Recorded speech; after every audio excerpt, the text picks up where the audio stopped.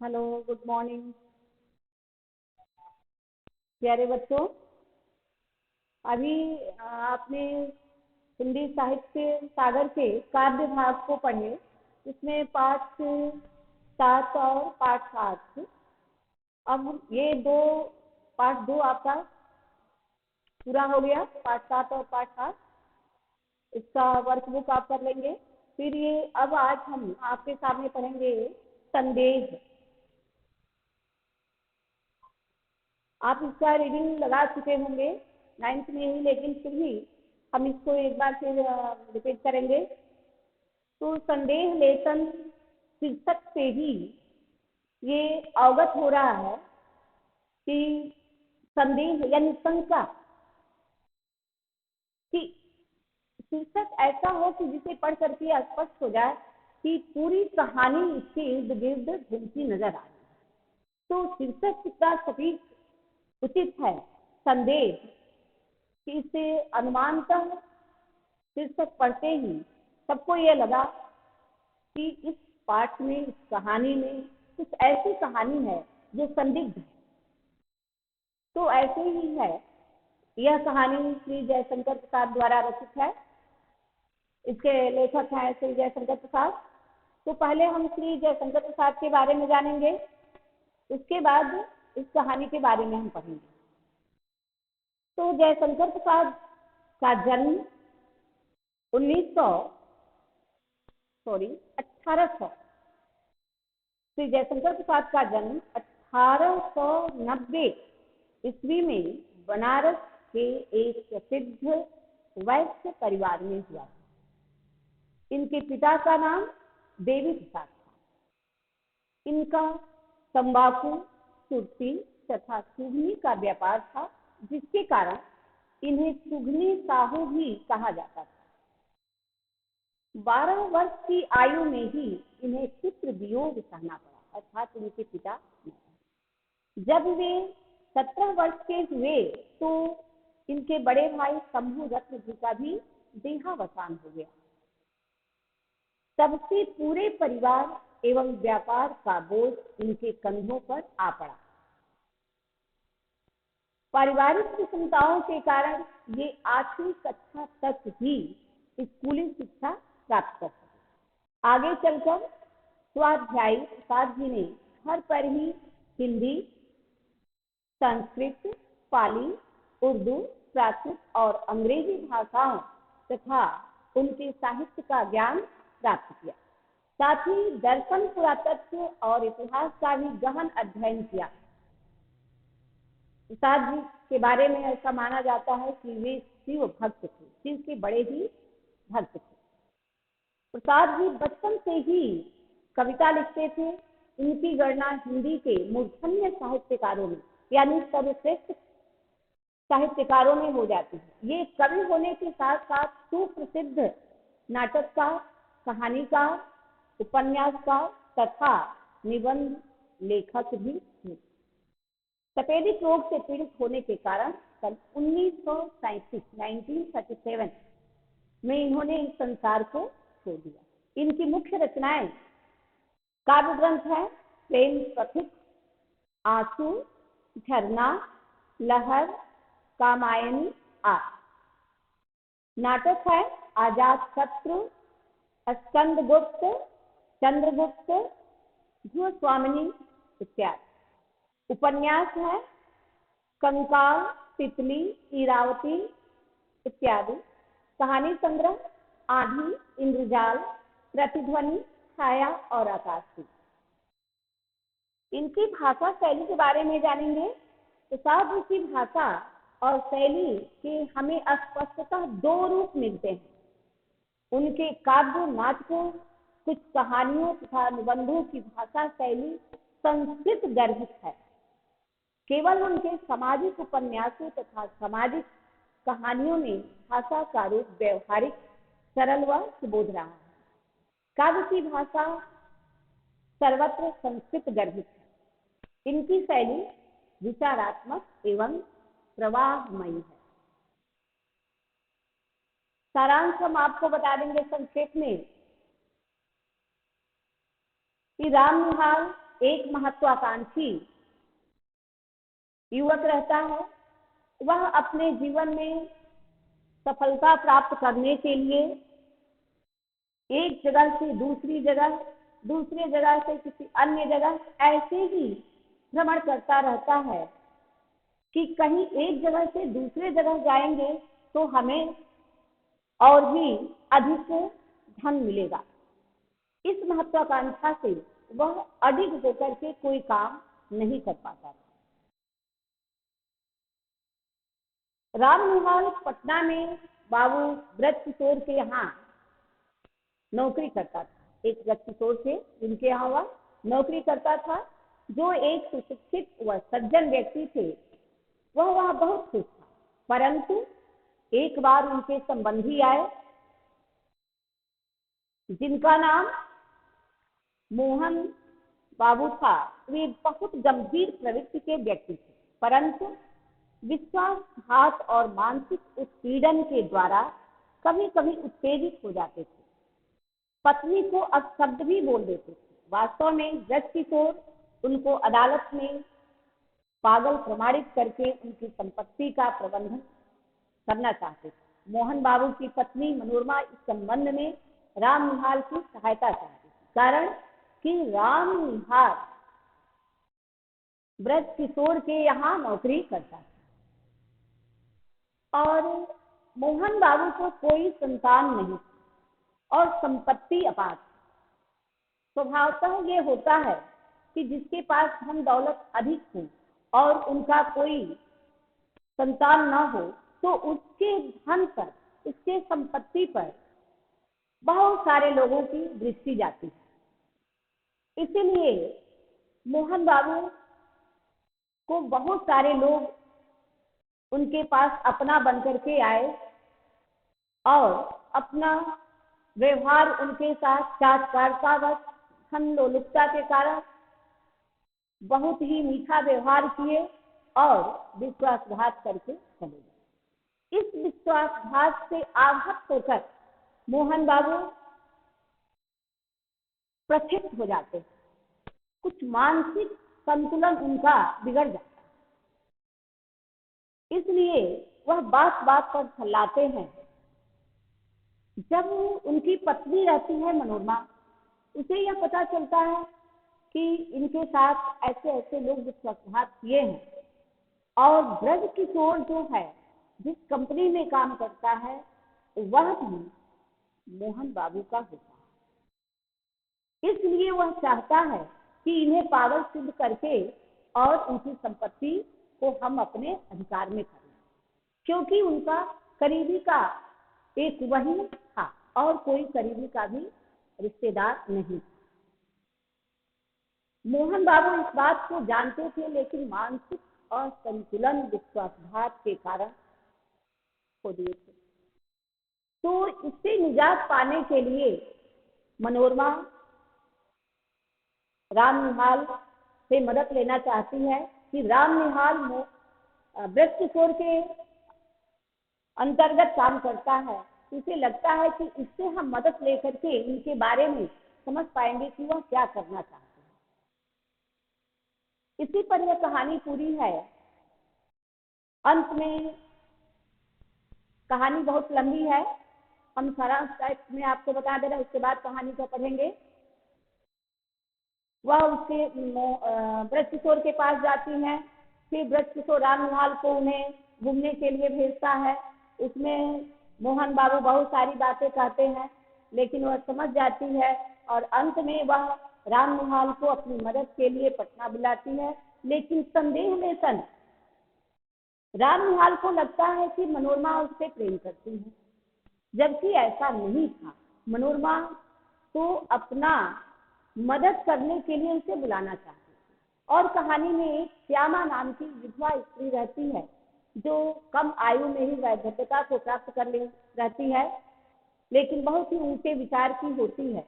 रामनिहाल बहुत इधर उधर घूमता है, लेकिन अंत में उसे बहुत ही अच्छे व्यवहार वाली एक सहृदयी वही श्यामा नाम की विधवा स्त्री मिलती है, जिसके यहाँ वह रह करके नौकरी ब्रज किशोर के यहाँ करता है। तो ब्रज किशोर को संदेह होता है कि मनोरमा उससे प्रेम करती है, और संदेह जो लेसन दिया है, जो पाठ दिया है, उसमें यही दर्शाया गया है। और राम निहाल अंदर ही अंदर श्यामा से प्रेम करता है। श्यामा इस चीज को नहीं समझती है, और अंत में यह पर्दाफाश होता है कि इस संदेह में न रहो, कोई किसी से प्रेम नहीं बल्कि सबकी मदद कर रहा है, इसलिए कर्तव्य निष्ठ बने। मुख्य बिंदु को हम बाद में पढ़ेंगे, पहले आपसे हम कहानी पढ़ेंगे।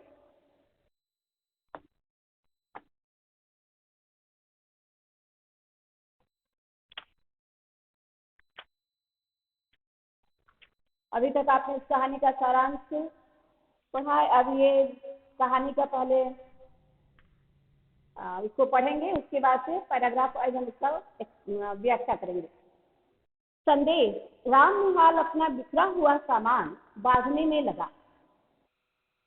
जंगलों में धूप जंगले से, जंगलों नहीं जंगले यानी खिड़की, जंगले में धूप आकर उसके छोटे से शीशे पर तप रही थी। अपना उज्जवल आलोक खंड, वह छोटा सा दर्पण बुद्ध की सुंदर प्रतिमा को अर्पण कर रहा था, किंतु प्रतिमा ध्यानमग्न थी। उसकी आंखें धूप से चौंधियाती न थी। प्रतिमा का शांत गंभीर मुख और भी प्रसन्न हो रहा था, किंतु राम निहाल उधर देखता न था।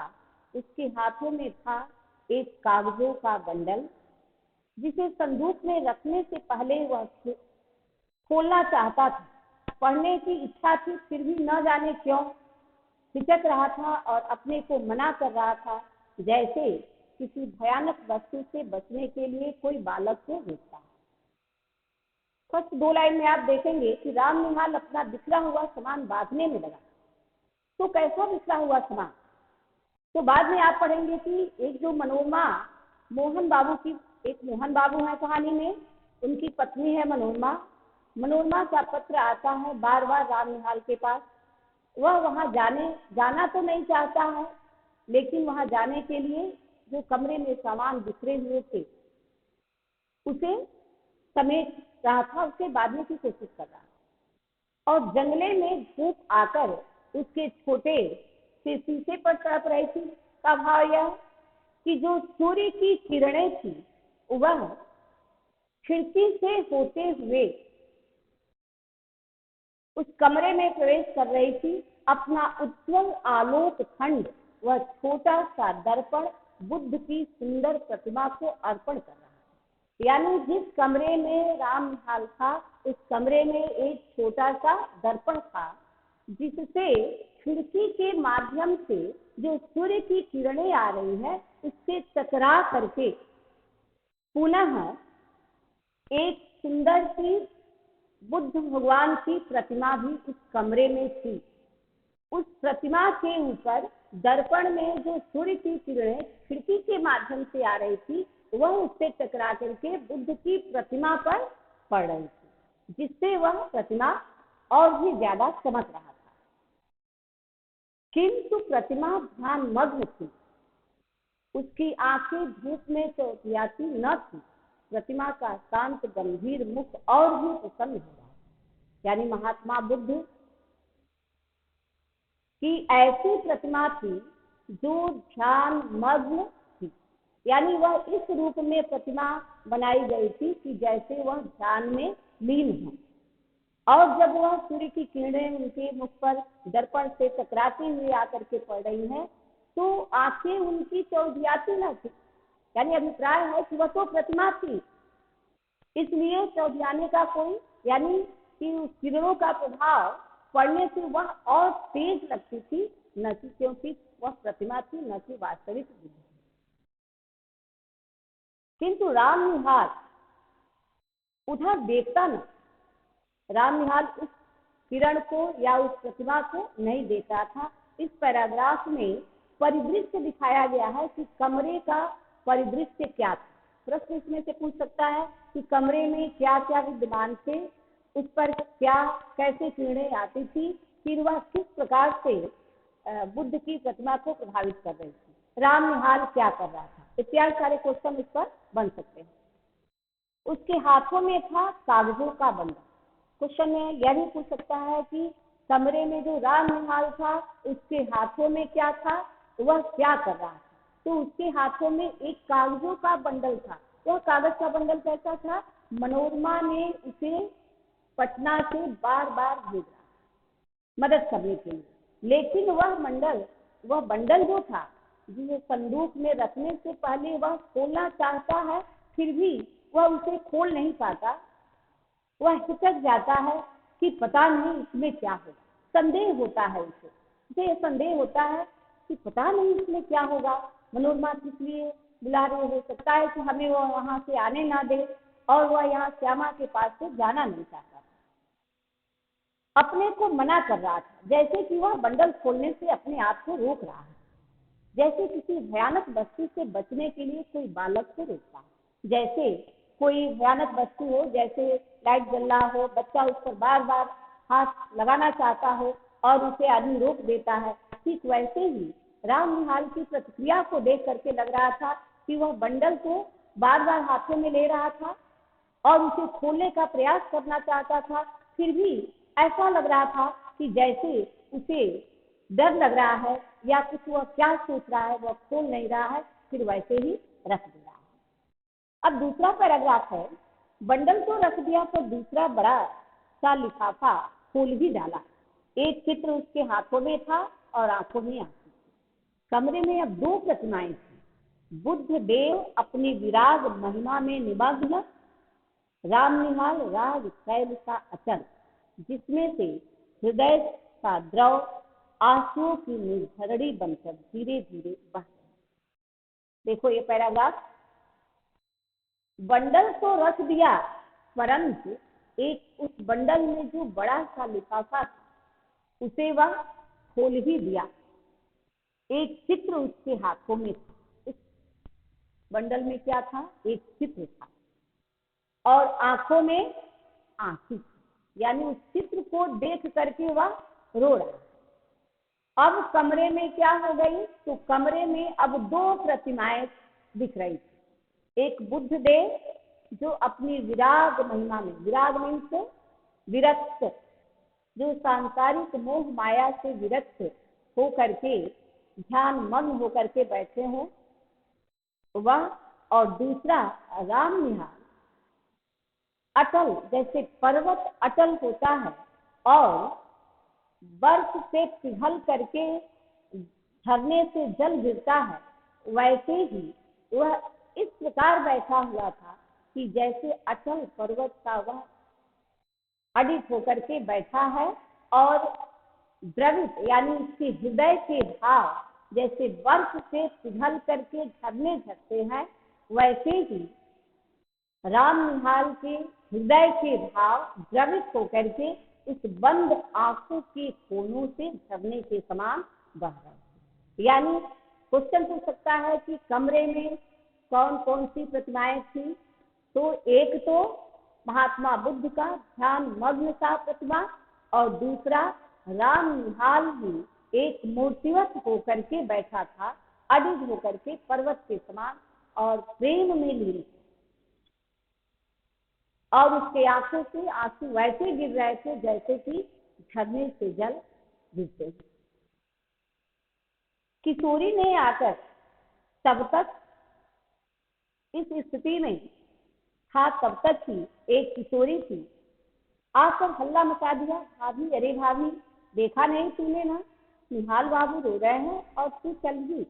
यानी जो श्यामा थी उसी के घर में एक और लड़की थी, किशोरी थी, वह श्यामा को भाभी कहती है और जा करके दौड़ करके कहती है कि भाभी पता नहीं क्या कारण है कि राम निहाल बाबू बिल्कुल ध्यान मग्न जैसे बैठे हैं, आंखें बंद है और उनके आंखों से आंसू गिर रहे हैं, वह रो रहे। श्यामा वहां आकर खड़ी हो गई। श्यामा कौन थी, पहले मैं बताई कि वही विधवा स्त्री थी जो बहुत कम उम्र में ही वैधव्य को प्राप्त कर ली थी। वह दौड़ी हुई आई उसी के घर में, श्यामा के घर में यह रह करके अपना नौकरी राम निहाल बाबू के यहाँ करता था। उसके आने पर भी राम निहाल उसी भाव में विस्तृत सा अपनी करुणा धारा बहा रहा। इसे देख करके हैरान तो हुआ, लेकिन अश्रु धारा बंद नहीं हो रही थी। श्यामा ने कहा, निहाल बाबू। निहाल ने आंखें खोलकर कहा, क्या है? हैरान हो गया श्यामा को देखकर और आंखें खोल करके अचानक पूछता है, क्या है? अरे मुझे क्षमा कीजिए।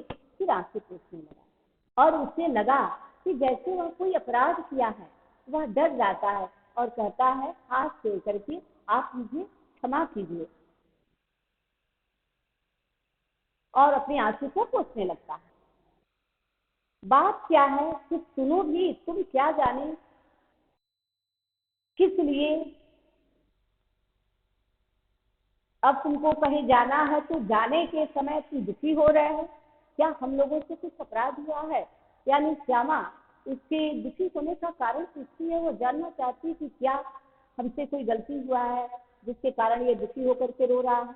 तो इस पर राम निहाल क्या उत्तर देता है, तुमसे अपराध होगा।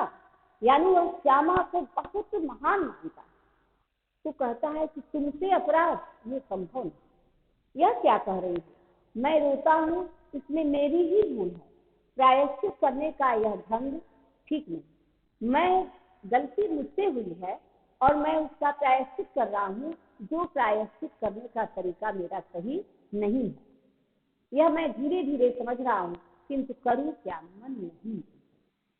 अपने मन की स्थिति को वह प्रकट नहीं कर रहा था।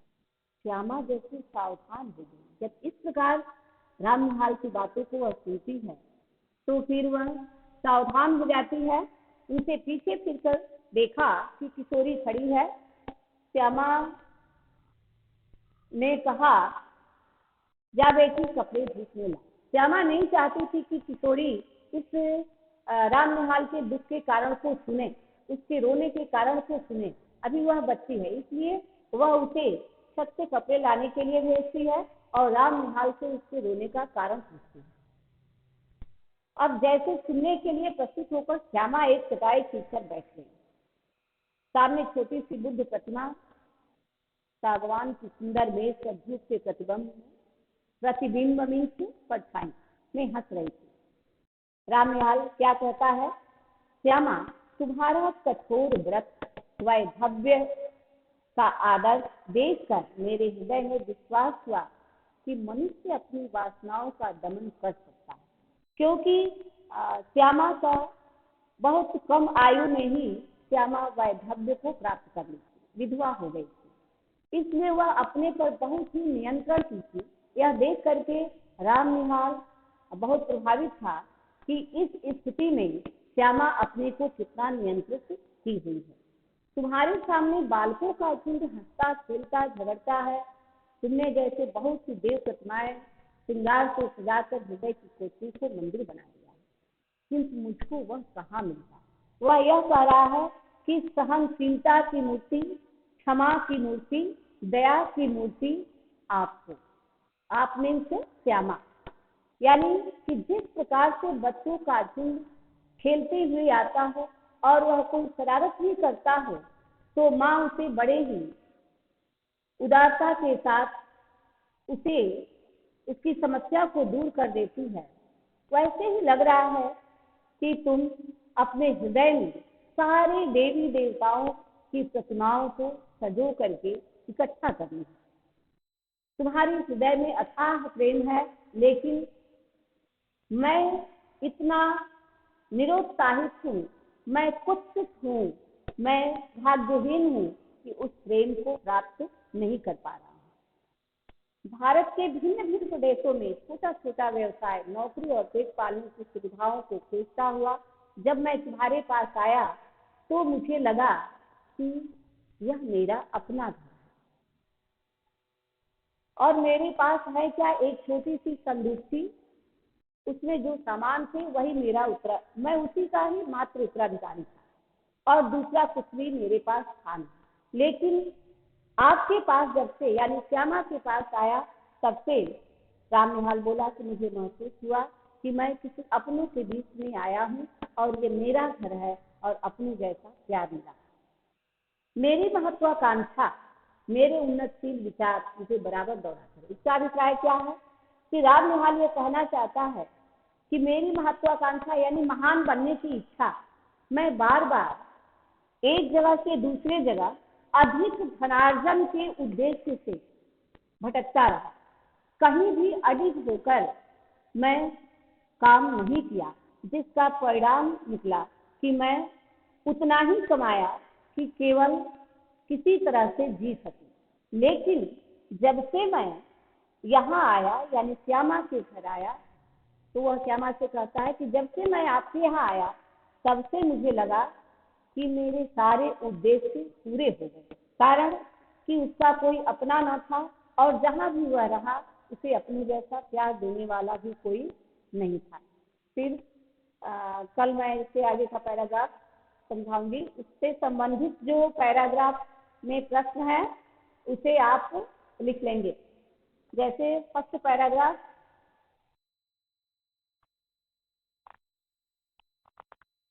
एक चित्र उसके हाथों में था और आंखों में आंसू थे। कमरे में अब 2 प्रतिमाएं थी।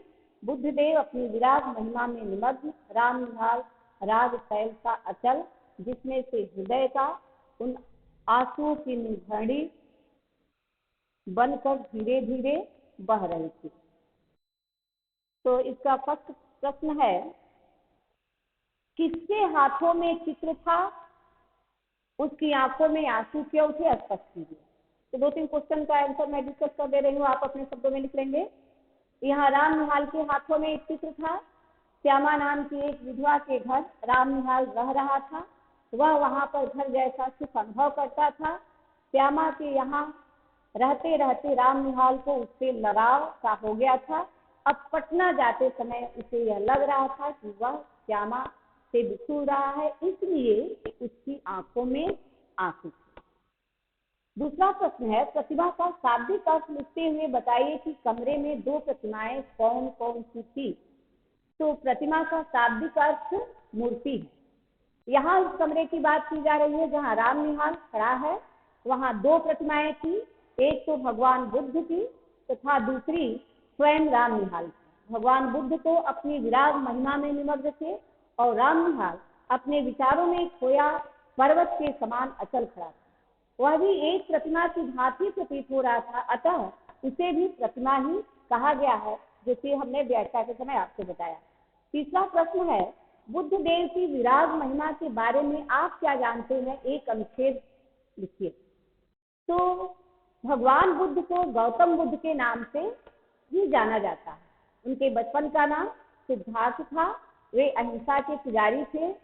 उन्हीं के द्वारा दिया गया अहिंसा परमो धर्म का संदेश आज विश्व भर में प्रसिद्ध है। उनके धर्म को मानने वालों को बौद्ध धर्मी कहा जाता है। उनके विचारों के अनुसार हमारा धर्म चक्र अनवरत चलता ही रहता है, इसलिए प्रतिपल हमें धर्म कार्य करते रहना चाहिए। बुद्ध देव की प्रतिमाओं में अधिकांश एक ही रूप देखने को मिलता है, वह है ध्यान मुद्रा में बैठे हुए, संतों की वेशभूषा में आंखें बंद किए हुए, सारे संसार के बंधनों से मुक्त, मानो संसार को त्याग देने का संदेश देते हैं। चौथा प्रश्न है, राग शैल व हृदय के द्रव से आप क्या समझते हैं, निर्धरणी से इसकी तुलना क्यों की गई है, कहानी के संदर्भ में लिखेंगे। जो हमने अभी आपको पहले ही व्याख्या करते समय बताया कि जिस प्रकार से एक पहाड़ अपने ही स्थान पर अचल विराजमान रहता है, उसी प्रकार रामनिहाल अपनी भावनाओं में ही जकड़ा हुआ अचल खड़ा था। ऐसा लग रहा था जैसे उसके हृदय का द्रव यानी आंसू उसके आंखों से निकलकर निर्झरणी के समान बह रहा था। हृदय के द्रव से तात्पर्य है मन में अनुभव होने वाला दुख। मनुष्य के जीवन में कुछ दुख ऐसे होते हैं जिन्हें वह अनुभव तो करता है परंतु किसी के सामने प्रकट नहीं करता। पैराग्राफ चेंज करके लिखेंगे, निर्झरणी से उसके आंसुओं की तुलना इसलिए की गई है क्योंकि उसका जल जल्दी से सूखता नहीं है, इसमें अनवरत जल प्रवाह होता रहता है। कभी कभी तो कभी ज्यादा कभी कम। यहाँ भी राम निहाल का दुख आंसुओं के रूप में कभी कम तो कभी ज्यादा निर्झरणी के समान बह रहा है। अब ये आप ये पहले पैराग्राफ का 4 प्रश्न गद्य का आप लिख लेंगे, फिर आगे का पैराग्राफ पढ़ाऊंगी। Thank you.